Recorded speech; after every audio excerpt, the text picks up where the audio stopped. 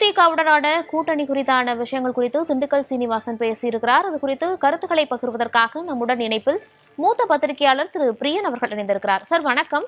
தேமுதிகவுடனான அந்த கூட்டணி குறித்து, அதாவது பாஜக பேச்சுவார்த்தை நடத்தி வர்றாங்க அப்படிங்கிற ஒரு விஷயத்த திண்டுக்கல் சீனிவாசன் பேசியிருக்காரு. இதன் மூலமாக அதிமுகவிற்கும் தேமுதிகவிற்கும் அந்த மனக்கசப்பு தொடருது அப்படின்னு எடுத்துக்கலாமா?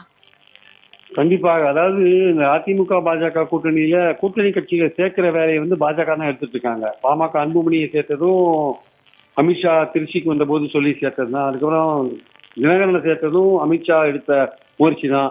அதிமுக எந்த விதமான முயற்சியும் கூட்டணி கட்சிகள் சேர்க்கறதுக்கு எடுக்கிறது இல்லை. ஏன்னா அவங்களுக்கு இந்த சீட்டு போன்ற பிரச்சனைகளை பகிர்ந்து கொடுக்கறதுல பிரச்சனை இருக்கிறதுனால அவங்க பாஜக கையில பொறுப்பா படிச்சுட்டாங்க. அதனால பாஜக தான் இதை பண்றாங்க. அதே மாதிரி தேமுதிக திமுக அணியோட கிட்டத்தட்ட பேசி ஒரு பயனுள்ள சூழல்ல பாஜகல இருந்து நேரடியா பிரேமலதா அவர்கிட்ட பேசுறாங்க. பேசிட்டு அவங்க என்ன சொல்றாங்கன்னா, நீங்க சுதீஷ் ராஜ்யசபா மெம்பர் ஆக்கினீங்கன்னா அவருக்கு அமைச்சராகிறதுக்கான வாய்ப்புகள் தரணுன்ற மாதிரி சொல்றாங்க. ஸோ அதனால அந்த கூட்டணிக்கு போறது அவங்க தேமுதிக கன்சிடர் பண்றாங்க. இது அதிமுக ராஜ்யசபா உறுப்பினர் 2 வேகன்சி அவங்களுக்கு வருது. அதுல அவங்க எத்தனை பேருக்கு அவங்க கொடுக்க முடியும்? அவங்க அன்புமணிக்கு இருக்காரு, தினகரன் இருக்காரு, வாசன் இருக்காரு, அப்புறம் தேமுதிக இருக்கு, 4 பேர் இருக்கு. 4 பேருக்கு அவங்க எப்படி அகாமடேட் பண்ணணும்? 2 வேகன்சி தான் இருக்கு. இப்போ அதிமுகவுக்கு என்ன கொடுக்கணும்? அதிமுக ஆட்களுக்கு ஏதாவது கொடுக்கணும் இல்லையா? அதனால அதிமுக இந்த வாட்டி அவங்க யோசிக்கிறாங்க. ராஜ்யசபா கொடுக்கறதுக்கு யோசிக்கிறாங்க. யாருக்கு கொடுக்கறதுன்னு அவங்களுக்கால டிசைட் பண்ண முடியல. ஸோ இந்த சூழல்ல தேமுதிக தங்களுக்கு இந்த வாட்டி அதிமுக ராஜ்யசபா கொடுக்குமா இல்லையான்றது ஒரு கேள்விக்குறியா இருக்கிறதுனால அவங்க அந்த கூட்டணிக்கு போறதை டிலே பண்ணிட்டே வந்தாங்க. இப்போ திமுகவோட ஒரு ஃபைனலைஸ் பண்ணும்போது பாஜக உள்ள போது நீங்க அங்க போக வேண்டாம், நீங்க இங்க வந்துருங்க, நாங்க எப்படியாவது உங்களுக்கு ராஜ்யசபா தரோம், அது சுதீஷ மந்திரி ஆக்குறோன்ற மாதிரி ஒரு ப்ராமிஸை பண்ணி அந்த பேச்சுவார்த்தையை இப்போ அவங்க ஆரம்பிச்சிருக்காங்க. பட் ஆனால் தேமுதிகவை பொறுத்த மட்டும் அந்த கட்சியில இருக்கிற மாவட்ட செயலாளர்கள் பெரும்பாலுமே திமுகவோட கூட்டணி அமைக்கணும் தான் அவங்க விருப்பத்தை எழுதி கொடுத்தாங்க பிரேமலதாட்ட.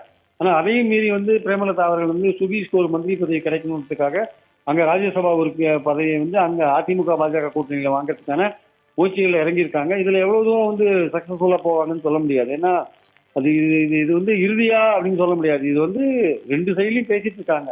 அவங்க அல்டிமேட்டா என்ன முடிவு எடுப்பாங்கன்னு தெரியாது. அதனால அவங்கள பொறுத்த மட்டும் நம்ம உறுதியா இந்த அணியில் தான் போவாங்கன்னு சொல்ல முடியாது. கடைசி நேரத்துல அவங்க முடிவுகளெல்லாம் மாற்றுவாங்க. அதை பொறுத்து தான் பார்க்கணும்.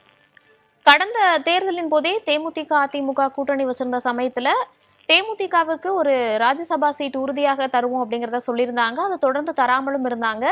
அதற்கு பிறகு அடுத்த தேர்தலில் நிச்சயமா கொடுப்போங்கிற வாக்குறுதியை கொடுத்திருக்காங்க.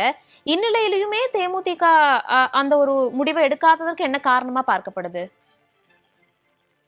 இல்ல, அதாவது ஒரு அக்ரிமெண்ட் போட்டாங்கன்னா ஒரு பொது தேர்தலில் ராஜ்யசபா சீட் கொடுக்கணும்னு ஒரு அக்ரிமெண்ட் போட்டாங்கன்னா அது அடுத்து ஒரு வேகன்சியில கொடுக்கறதுதான் ஒரு இயல்பான ஒரு நடைமுறையா இருக்கு. அதை விட்டுட்டு நான் இல்ல நான் 26 தான் கொடுப்பேன்னு சொன்னா அது எப்படி ஏற்றுக்க முடியும்?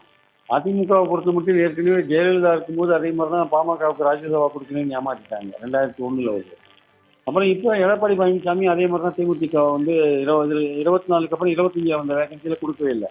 கேட்டா நாங்கள் 26 தான் கொடுக்கறதா சொன்னாங்க. அதுவே தேமுதிகவுக்கு பெரிய ஒரு மன வருத்தம். அதனால அவங்க அதிமுகவோட அவங்க கூட்டணி பேச்சுவார்த்தை நடத்துறத கொஞ்சம் ஓரளவுக்கு தயக்கத்தோட தான் அவங்க இருந்தாங்க. நடத்துறதை குறித்து ஒரு தயக்கத்தோட தான் இருந்தாங்க. இந்த சூழல்ல தான் திமுக அணியில போய் தேமுதிக இணைஞ்சிட போறதுன்ட்டு பாஜக இப்ப களத்துல குதிச்சு தேமுதிக இழுக்கிற வேலையில இறங்கியிருக்காங்க.